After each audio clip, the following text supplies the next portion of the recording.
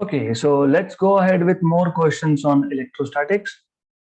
Two parallel conducting plates of area, यहाँ पे printing mistake है, ये 2.5 होना चाहिए, 2.5 metre square. Each are placed 6 mm apart and are both earth. ये important है, both earthing, क्योंकि आपने कैपेसिटर में क्या सीखा है कि सिर्फ एक प्लेट अर्थ होता है.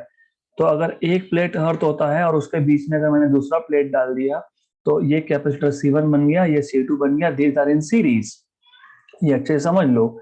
जब आपके पास पैरेलल प्लेट कैपेसिटर है, उसमें से अगर एक ही प्लेट का अर्थिंग है और आपने इन दोनों प्लेट्स के बीच में तीसरा प्लेट डाल दिया तो दो कैपेसिटर बन जाते हैं C1 and C2 in series. लेकिन अगर दोनों अर्थिंग है तो now this combination goes in parallel. ये इंपॉर्टेंट है, this is to be noted, क्योंकि आप बोलोगे मैंने तो पहले कुछ और बताया था. जब एक कैपेसिटर है आपके पास और दोनों प्लेट में से एक ही प्लेट अर्थ है, इसमें आपने थर्ड प्लेट इंसर्ट कर दिया, आपने प्लेट 1 और 3 के बीच में प्लेट 2 इंसर्ट कर दिया तो दो कैपेसिटर बन गए and these two are in series. Absolutely correct. But there is a twist. There is a twist in the story. That is, जब हमने दोनों प्लेट्स को, पहला और तीसरा प्लेट को अर्थिंग किया है, तो then both capacitor go in parallel. Okay, तो ये पता होना चाहिए. तो अब क्वेश्चन जब आप पढ़ोगे तो आपको समझेगा what I was trying to say. So, according to the question, both plates are earthed. They are earthed, both of them. A third plate identical with the first two. Identical मतलब area same होगा.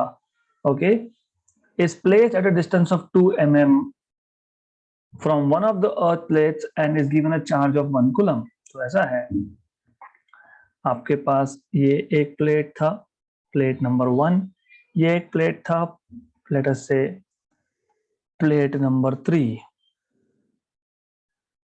Okay, दोनों का distance था 6 mm.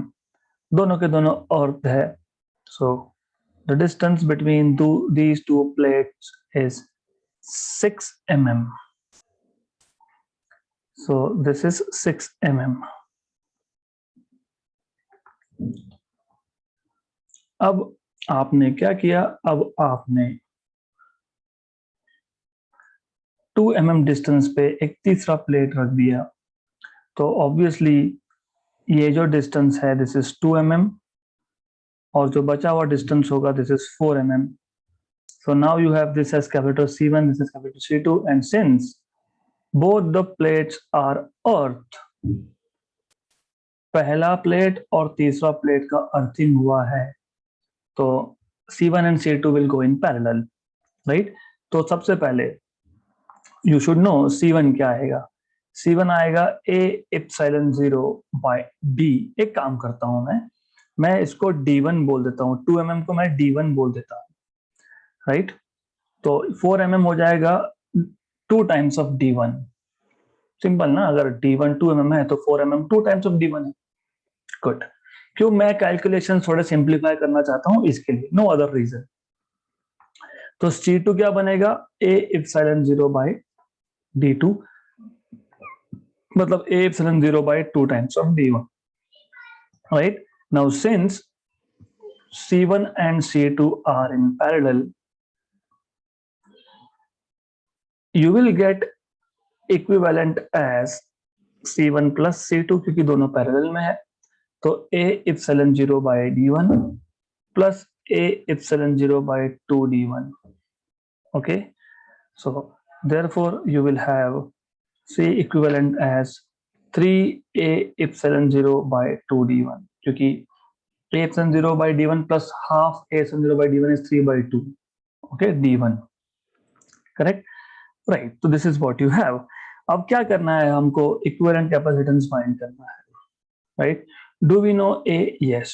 Do we know what is D1? Yes. Do we know what is epsilon 0? Yes. Epsilon 0 is a constant whose value is 8 point, है ना, something. तो हमको find क्या करना है, हमको पोटेंशियल पूछा है, सेंट्रल प्लेट पे पोटेंशियल पूछा है. लेकिन पोटेंशियल के लिए तो हमको सी तो लगने ही वाला है, तो ठीक है। By the way, do you remember the formula? है ना, आपको याद होगा, potential is charge upon capacitance, right? तो charge Q upon capacitance, equivalent capacitance है 3a इप्सिलॉन 0 2d1, ऐसा आएगा, करेक्ट? राइट। तो अब do you no charge? Charge कितना है? चार्ज बोला है आपको यहाँ पे 1 कूलम का चार्ज है, बोला है 1 कूलम, यस बोला है। तो चार्ज 1 कूलम दिया हुआ है आपको, 1 coulomb into 2 into 2 into 10 power minus 3। d1 is 2 mm को मीटर में कन्वर्ट करना पड़ेगा। 3 into area is 2.5 into this is 8.85 into 10 power minus 12। इसको सॉल्व कर लो, that's it, you have to solve this and done. तो इसको आपको सिंप्लीफाई करना पड़ेगा, सॉल्व करना पड़ेगा, and you will get your answer which is 6 into 10 power 7 roughly, right? How to do this? easy है, अगर आपको कैलकुलेशंस पता होंगे कि कैसे किए जाते हैं तो, otherwise it is difficult. You see, this is roughly 25. 8.8 into 3 is roughly approximately 25. okay? और नीचे और एक 25, तो मैं करके देता हूँ rough calculations, but this is something you need to know. तो 4 into 10 power minus 3 into 10 power plus 12 upon 2.5 into 8.85 into 3 रफली 25, रफली। तो 2.5 को भी मैं 25 लिख लेता हूँ, इंटू 10 पावर माइनस 1 कर देता हूँ, फिर इसको ऊपर पहुंचा दूंगा। तो ये आ गया 4 अपॉन 25 इंटू 25 इज 625, ओके। और ये आपके पास आ जाएगा ऊपर आपके पास आ जाएगा 10 पावर 10, मतलब सब सिंप्लीफाई करने के बाद 10 पावर 10, है ना? तो 10 पावर 10 आ जाएगा ये। तो 4 अपॉन 625, अब ये आपको you have to do calculations, okay, you need to learn to do calculations. तो 625 का डबल 1250, उसका डबल 2500, उसका डबल 5000, उसका डबल 10,000, 10,000। मैं क्यों कर रहा हूं समझेगा आपको।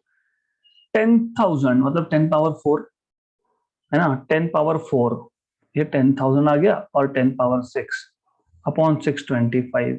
मैंने अभी भी बताया आपको 625 टू जा 1250, 1250 into 2, correct? I just told you 2500, 2500 into 2 is 5,000. 5,000 into 2 is 10,000. मतलब 625 into 8 is 10,000. 1 जा 8 जा, ओके। तो that is why I told you कि रफली कैलकुलेशंस करने हैं आपको, ओके। सो एनीवेज, ये कैलकुलेशंस करने के तरीके जो है, ये you have to work out for yourself, okay, no one can teach you, it is something that you need to learn by yourself।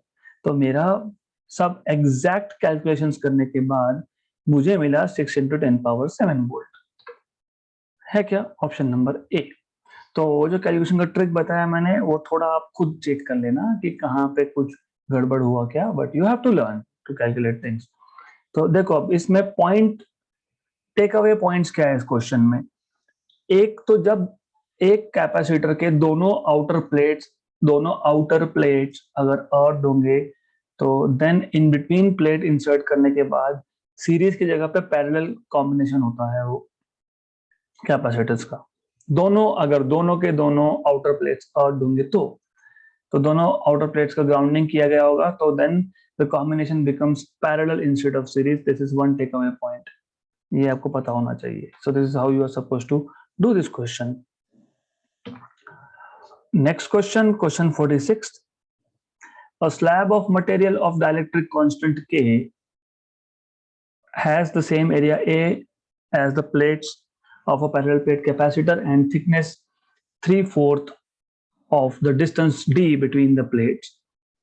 The change in capacitance when the slab is inserted between the plates is, I would rather say, instead of changing capacitance, I would say the new capacitance, मैं ऐसा बोलूंगा, the new capacitance. तो ऐसा है, हमारे पास तो plates है which are making up a parallel plate capacitor, दो प्लेट्स है, इन दोनों प्लेट्स का डिस्टेंस ये d है, so the distance between the two plates is d. Now what we are doing is we are inserting a dielectric slab of thickness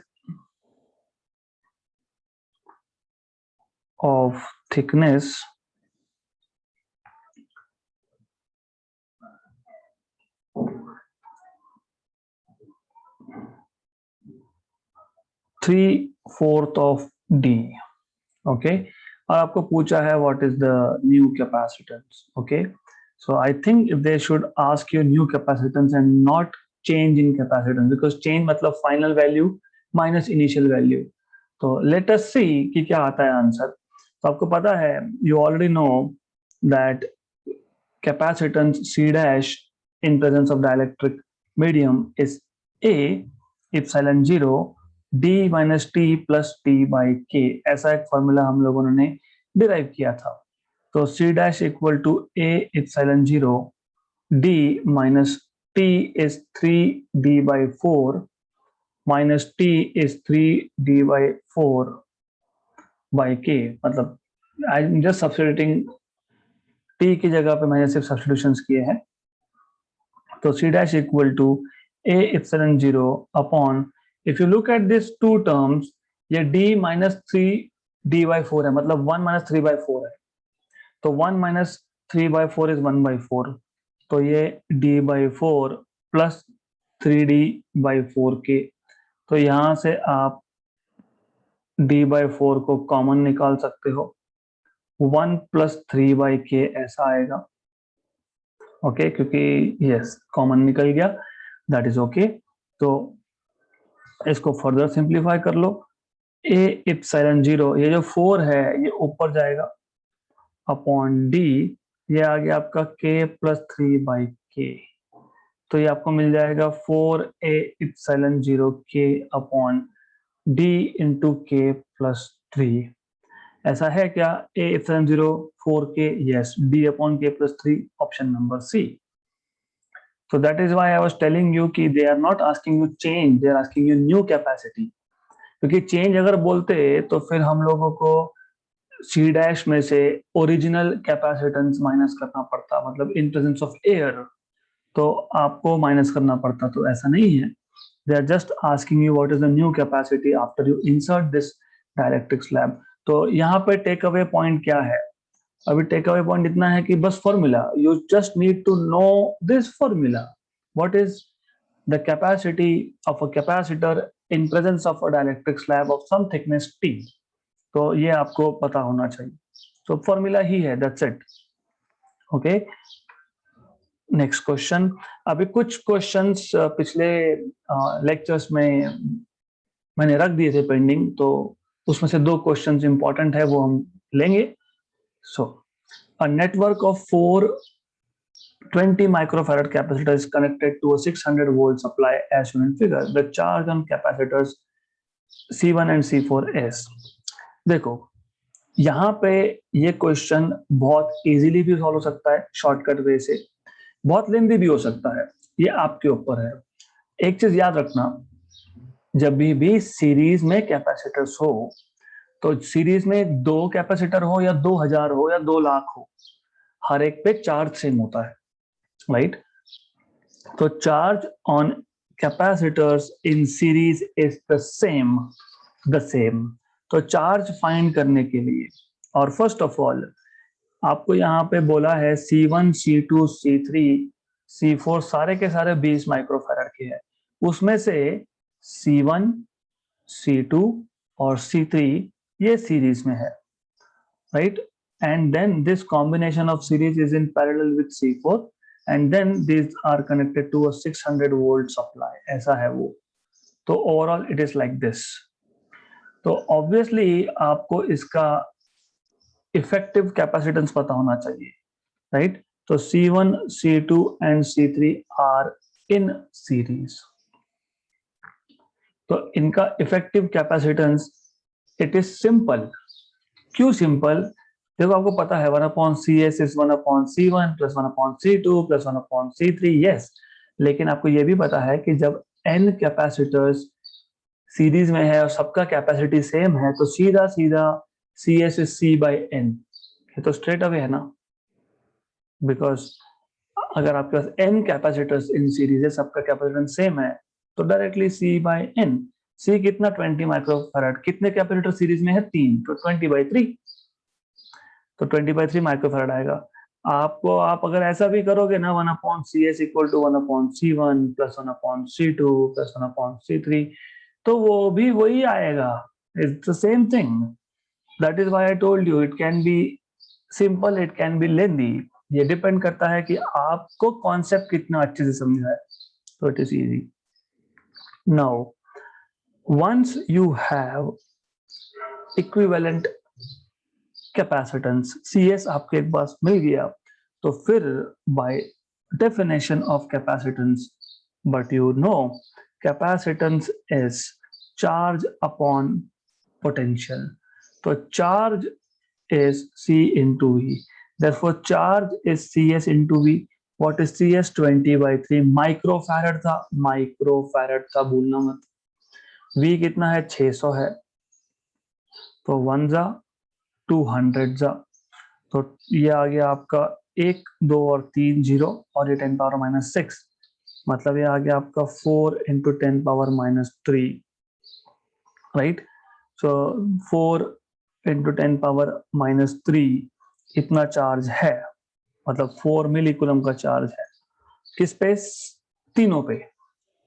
C1 पे भी उतना, C2 पे भी उतना, C3 पे भी उतना, क्योंकि ये तीनों के तीनों सीरीज में है. ऑप्शन नंबर ए, क्वेश्चन खत्म. क्योंकि C4 निकालने की जरूरत ही नहीं पड़ेगी अब, क्योंकि देखो अब 4 × 10⁻³ एक ही जगह पे दिखता है. ऑप्शन नंबर ए खत्म. फिर भी आपके सेटिस्फैक्शन के लिए कर लेंगे, लेकिन पहले मैं मेंशन करूंगा. But we know that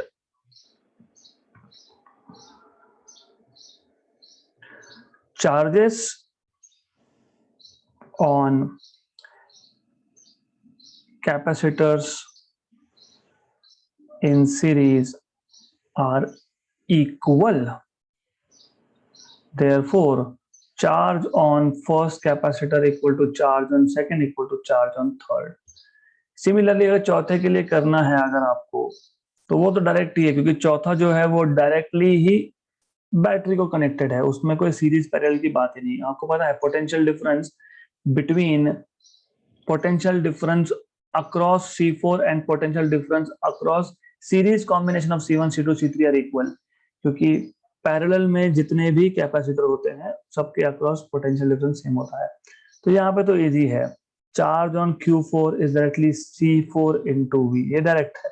C4 मतलब कितना? 20 माइक्रोफैरड, और V तो अभी अभी आपको पता है 600 वोल्ट बताया गया है. तो ये आपके पास आ जाएगा 2 0 और एक 10⁻³ और 10⁻⁻6 मतलब -3, 12 × 10⁻⁻3 कूलम. तो यही आएगा आंसर. देख लो, है क्या? है, सही है, करेक्ट है. तो this are some basic things that you should know, और ये बहुत ही बेसिक है इलेक्ट्रोस्टैटिक्स का, इतना आपको पता होना चाहिए. Next question and last question from this set. इसके बाद एक नया सेट स्टार्ट होगा. तो this is last question from this particular set. Metallic sphere. अभी क्वेश्चंस इंटेंशनली ऐसे लिए जाते हैं जैसे मेटालिक स्फीयर मैंने बोला. क्यों बोला? क्योंकि मेटालिक स्फीयर के अभी तक आपने सीखा है क्या what is capacitance of a sphere? नहीं सीखा. तो आपको कैपेसिटेंस ऑफ अ स्फीयर पता होना चाहिए, फॉर्मूला पता होना चाहिए, इसलिए मैंने लिया है. वो कैसे फाइंड करते हैं वो भी देखेंगे. सो a metallic sphere of radius 18 centimeter has been given a charge of 5 × 10⁻⁻6 coulomb.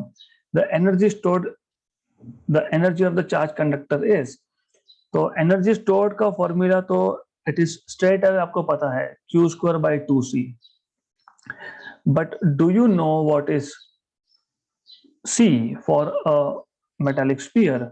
तो c for a metallic sphere is nothing but 4 pi epsilon 0 r। ये कहां से आया? You see, c is q by v, c is q by v। what is potential of a sphere? Potential of sphere पता है आपको? 1/4 पाई epsilon 0 q by r। ये potential of sphere होता है, क्यू क्यू कैंसल, तो c क्या आ गया? 4 pi epsilon 0 r है क्या? है। तो क्या डिफिकल्ट था? नथिंग एट ऑल, कुछ भी डिफिकल्ट नहीं था। बस फॉर्मूला कैसे बनाते हैं ये आपको सीख लेना है एक बार, because this is something really basics. Okay, तो ये आपको मिल गया क्यू स्क्वायर बाई 2c, ऐसा सॉरी c मिल गया, फिर आपको एक बार c मिल जाएगा तो energy stored is Q square by 2c straight away. ये एनर्जी स्टोर्ड का फॉर्मूला है, this is energy stored. Okay, तो अब आपको पता है 1/4 पाई एप्सिलॉन 0 की वैल्यू है ना। तो एक काम करेंगे, अब ऐसा करूंगा, therefore I will say u is equal to q square by 2c, c is 4 pi epsilon 0, तो मैं इसको लिख दूंगा 1/4 pi epsilon 0 r, अलग कर दिया, q square by 2r। 1/4 pi epsilon 0 की वैल्यू 9 into 10 power 9 होता है। q स्क्वायर, q कितना है? 5 into 10 power -6, मतलब 5 माइक्रोकूलम का चार्ज है, उसका स्क्वायर। 2 into 18 सेंटीमीटर, उसको मीटर में कन्वर्ट कर लिया, राइट राइट, तो इजी है। 1 जा 2 जा, तो ये आ गया आपका 10 power 9 into 25 into 10 power -12 upon 4 into 10 power -2। तो कैलकुलेशंस यहाँ पे भी बहुत सिंपल है। कैसे? तो आई टेल यू कैसे। तो इट इज लाइक, ये आपके पास 10 पावर 9 है, ये 10 पावर -12 है, तो 9 - 12 is -3, तो 25 into 10 पावर -3 अपॉन 4, ये 10 पावर -2 ऊपर जाके +2 होगा, मतलब 100 होगा। ये 1 जा, ये 25 जा, 25 into 25 is 625, 625 into 10 पावर -3, मतलब 0.625 joule, 0.6 joule. Option number B question खत्म, राइट। तो this is how you were supposed to solve this question, very very simple, extremely simple question। So electrostatics is actually very good and very simple। So this marks end of set first। Let us move to set number 2। set number 2 का question number 1, a mass m 20 grams has a charge 3 millicoulomb, it moves with a velocity of 20 metre per second. हमारे पास एक charge है जिसका मास आपको दिया है, उसका charge भी दिया है। so let's say I have this mass 20 grams with a charge 3 millicoulomb, it moves with a velocity, so it is moving with a velocity, let us say, of 20 meter per second। so mass, charge, velocity, and enters a region of electric field of 18 Newton per coulomb in the same direction as the velocity of mass। so it is entering into region of electric field। Electric field का direction पता होना चाहिए आपको, नहीं तो गड़बड़ हो जाएगी। क्यों गड़बड़ होगी? क्योंकि फिर अभी ये मास जब इलेक्ट्रिक फील्ड में एंटर करेगा तो एक्सेलरेशन होगा कि डी एक्सेलरेशन होगा, वो कैसे समझेगा? वो तब समझेगा जब इलेक्ट्रिक फील्ड का डायरेक्शन पता हो। इलेक्ट्रिक फील्ड का डायरेक्शन होता है पॉजिटिव से नेगेटिव, ये पता होना चाहिए। राइट, और ये चार्ज पॉजिटिव है। इसका मतलब बहुत सिंपल सी चीज है कि जैसे ही ये चार्ज इलेक्ट्रिक फील्ड में एंटर हुआ तो इसका एक्सेलरेशन होगा, ये पता होना चाहिए, डी एक्सेलरेशन नहीं होगा। सो तो क्या होगा कि it is entering into electric field of strength 80 newton per coulomb, okay, in the same direction as that of the velocity. The velocity of the mass after 3 seconds. तो इजी है, it is a combination of 1D motion and electrostatics. तो आपको velocity after 3 seconds, मतलब final velocity पूछा है, मतलब v is equal to u plus 80। Yes, you know what is u, पता है 20 metre per second. You know what is time t, 3 seconds. a पता नहीं, अब a आपको कैसे पता लगेगा? बट जैसे ही ये चार्ज इलेक्ट्रिक फील्ड के अंदर एंटर हुआ तो force acting on the charge is nothing but force due to electric field. So force F is Q into E. Correct? Good. But force is mass into acceleration. So mass into acceleration is Q into E. Therefore, A acceleration is QE by M from equation number 1 and 2. तो अगली बार से आपको directly क्या पता होना चाहिए? Acceleration of a particle inside electric field is QE by M. Okay, so you have V equal to U plus QE by M into T. तो formula हो गया आपके पास रेडी।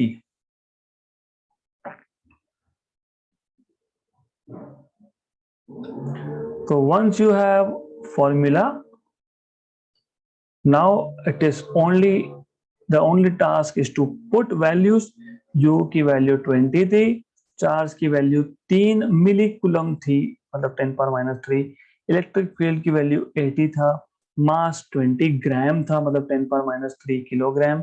वो ऐसा यूनिट में कन्वर्ट करना पड़ेगा, नहीं तो गड़बड़ हो जाएगी सब। Okay, into time is 3, correct, 1 जा 4 जा, ये कैंसल ये कैंसल, 3 into 3 9, 9 into 4 36, 36 plus 20 56 है क्या? 56 है, option number B, 56 metre per second. Okay, तो this is how you are suppose to solve this question.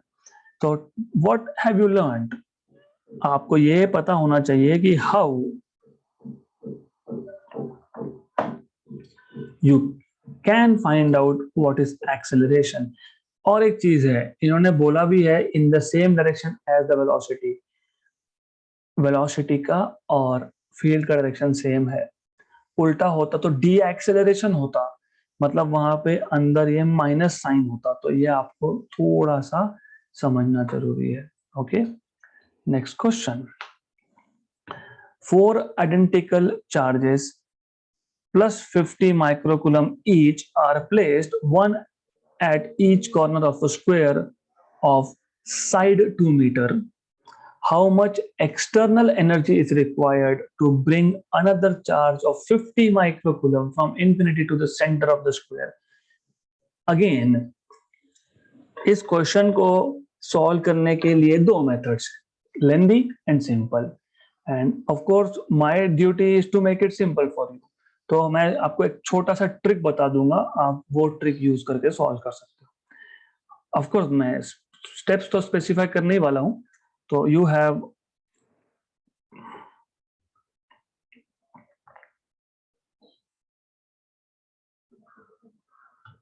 a square,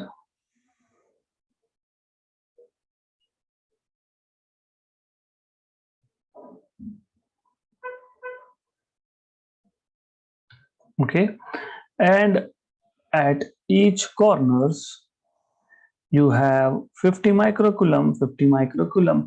The best part is all charges are same. This is the best part, because then it makes our calculations very simple. और मैंने नामकरण भी कर दिया, नंबरकरण कर दिया इसका। I have given some numbers to the corners, each corner basically. And side is let us say a, वो 2 मीटर है, वो बाद में सब्स्टिट्यूट करेंगे। हमको सेंटर पे एक दूसरा चार्ज इंफिनिटी से लाके रखना है, राइट। तो ऑब्वियसली कितना वर्क डन होगा, है ना, कितना एक्सटर्नल एनर्जी रिक्वायर रहेगा। अगर आपको याद है, work done to bring any charge, q charge, from infinity to any point, let us say O point, that is q into potential at point where you are bringing the charge. Normally ये potential difference होता है वैसे, right? लेकिन फिर आप वैसे भी बोलोगे this is nothing but infinity से ला रहे हो, infinity पे potential तो वैसे भी 0 होता है। फिर आप इसको ऐसा लिखोगे, है ना, ऐसा करोगे। तो मैंने डायरेक्टली बता दिया आपको, मैंने डायरेक्टली बता दिया, जब रेफरेंस पॉइंट इंफिनिटी हो तो directly charge that you are bringing into potential at the point where you want to keep the charge. ये this is something you should no.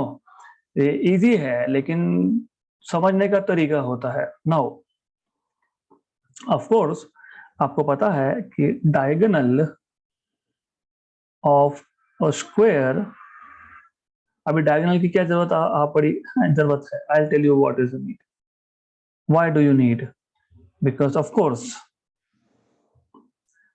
Why do you need diagonal, क्यों, क्योंकि O point centre है, square का centre है, वहां पे charge लाना है, तो वहां पे पोटेंशियल निकालना है। किसका पोटेंशियल निकालना है? ये जो चार चार्जेस ऑलरेडी बैठे हुए हैं ना, इसका पोटेंशियल निकालना है। पोटेंशियल किस पे डिपेंड करता है? पोटेंशियल डिस्टेंस पे डिपेंड करता है, क्योंकि पोटेंशियल का फॉर्मूला तुमको याद होना चाहिए। Potential V0, potential at O, potential at point O is potential due to charge at 1 plus potential due to charge at 2 plus potential due to charge at 3 plus potential due to charge at 4, which is equal to 4 times of V. Why? Because V1 equal to V2 equal to V3 equal to V4 equal to V, सब equal क्यों आए? सब equal इसलिए आए क्योंकि charges चारों corner पे same है और चारों कॉर्नर्स का सेंटर से डिस्टेंस सेम, राइट। तो this is why you are writing it like this. And what is this? This is 1 upon 4 pi epsilon 0 q by distance. What is distance? What is distance of center of a square from any vertex? It is half the diagonal. What is diagonal? Diagonal is root 2a. So what is half of diagonal? Root 2a by 2, मतलब a by root 2, मतलब ये distance a by root 2 होगा। हर एक side से, हर एक corner से centre का distance a by root 2 होगा। तो r जो आप लिख रहे हो ये a बाई रूट 2 होगा। ओके, तो this is the way of solving questions, क्योंकि अब आप इस स्टेज पे हो कि जहां पे आपको ये चीजें पता होनी चाहिए, ये होना ही चाहिए पता, right.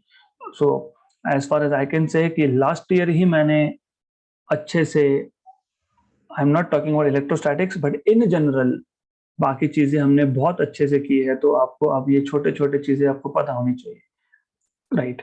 So now you will have VO, total potential at point O, 4 times of V, but V is 1 upon 4 pi epsilon 0, charge upon A by root 2, by root 2 तो ये root 2 मैं ऊपर लिख देता हूँ, ये आ गया total potential।